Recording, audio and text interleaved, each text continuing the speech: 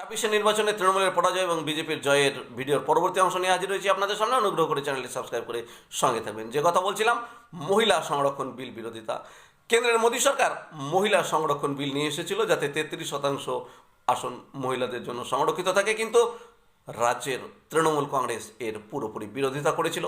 হয়তো এ কারণেও মহিলারা অনেকটাই মুখ ফিরিয়ে নিয়েছিলেন তৃণমূল কংগ্রেসের কাছে থেকে। এবার ধর্মীয় ক্ষেত্রে হিন্দুদের খেপিয়ে তোলা। তৃণমূল কংগ্রেস ধর্মীয় ক্ষেত্রে হিন্দুদের অনেকটাই খেপিয়ে তুলেছিল।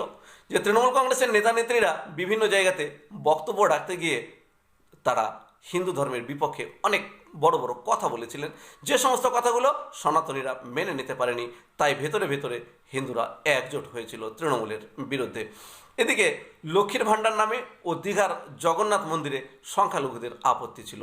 একথা আমাদের সকলেরই জানা যে লক্ষ্মীর ভাণ্ডার নামটিকে সংখ্যালঘুরা মেনে নিতে পারেননি। আবার মমতা বন্দ্যোপাধ্যায় দীঘায় যে জগন্নাথ মন্দির করেছিলেন সেটিও মুসলিমরা মেনে নিতে পারেনি, তাদের গভীর আপত্তি ছিল, তাই ভোট পড়েছিল বিপক্ষে। মহিলা ভোট ব্যাংককে বিজেপি ভাগ বসিয়েছিল, এ কথাও আমরা সকলে জানি। যে তৃণমূল কংগ্রেস যেই নীতিগুলো প্রচলন করে, যে লক্ষ্মীর ভাণ্ডার প্রচলন করে, তারপরে অন্যান্য যে সমস্ত সুযোগ সুবিধাগুলো মহিলাদের দেওয়া দরকার তারা দিয়েছিলেন, কিন্তু তা সত্ত্বেও মহিলারা কিন্তু এবার একজোটে তৃণমূলকে ভোট দেননি। সে ভোট অনেকটাই চলে গিয়েছিল বিরোধী আসনে, যেটাও তৃণমূলের পরাজয়ের একটি অন্যতম কারণ। এবার আসি এসআইআর ও মৃত রোহিঙ্গা ভোটার বাদ। এসআইআর এমন একটি প্রক্রিয়া হয়েছিল যেখানে বছরের পর বছর মৃত ভোটারদের নাম ছিল, সেখানে বিভিন্ন প্রকারে ভোট হতো, মৃত ভোটারদের নিয়েও কিন্তু ভোট হতো। একথা আমাদের সকলেরই জানা। রোহিঙ্গা ভোটাররা যারা ভারতবর্ষের নাগরিক নন তারাও ভোট দিয়েছেন, তারাও ভোট দিয়ে পশ্চিমবঙ্গে কিন্তু একটা বিরূপ প্রতিক্রিয়া সৃষ্টি করেছিলেন। এবারে এসআইআরে বহু নাম বাদ গেছে, তাই সেই ভোটগুলো কিন্তু সরকার পক্ষে যায়নি।